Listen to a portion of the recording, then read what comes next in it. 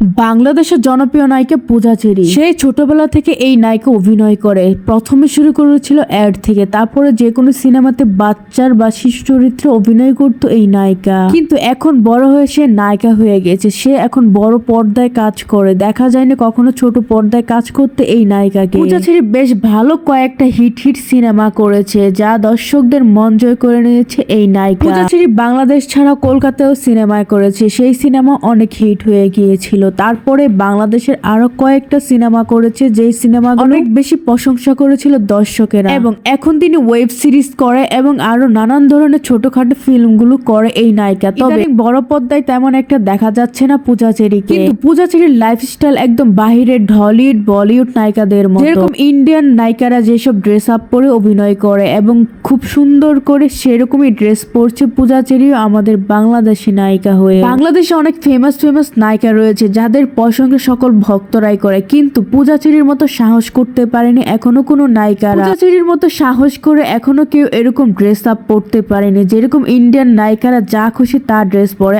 আমাদের বাংলাদেশে কিন্তু তেমন কোনো ড্রেস আপ নায়িকারা চাইলেও পরতে পারে না। বাংলাদেশে ড্রেস আপ পরতে গেলে ভেবে চিন্তে পড়তে হয়, এবং সিনেমা হোক বা নর্মাল লাইফস্টাইল হোক সবসময় ড্রেস আপের কথা মাথায় রাখতে হয় যে ভালো ড্রেস আপ পরা। কিন্তু পূজা চেরি সাহস করে অন্য দেশের নায়িকাদের মতোই চলাফেরা করছে বাংলাদেশের নায়িকা হয়ে। পূজা চেরিকে দেখতে কিন্তু খারাপ দেখা যায় না। অনেক সময় অনেক ওয়েস্টার্ন ড্রেসে অনেকেই দেখতে বিশ্রী লাগে, কিন্তু পূজা চেরিকে দেখতে কিন্তু সুন্দরই লাগে। পূজা চেরির বডি ফিটনেস একদম চিকন একটা ভাইব আছে, যার কারণে তাকে সব ড্রেসে মানিয়ে যায়। পূজা চেরি বাংলাদেশ ছাড়া কলকাতা যেরকম সিনেমা করেছে, একদিন না একদিন ইন্ডিয়াতেও চান্স পাবে পূজা চেরি, আশা করি সবাই। তো ভিউয়ার্স, আপনাদের পূজা চেরিকে নিয়ে কোনো মন্তব্য থাকলে অবশ্যই কমেন্ট করে জানাবেন। আমার চ্যানেলে প্রথমবার হয়ে থাকলে একটা সাবস্ক্রাইব করে রাখবেন, নেক্সট আরো নায়ক নায়িকাদের খবরাখবর পেতে চাইলে। ধন্যবাদ।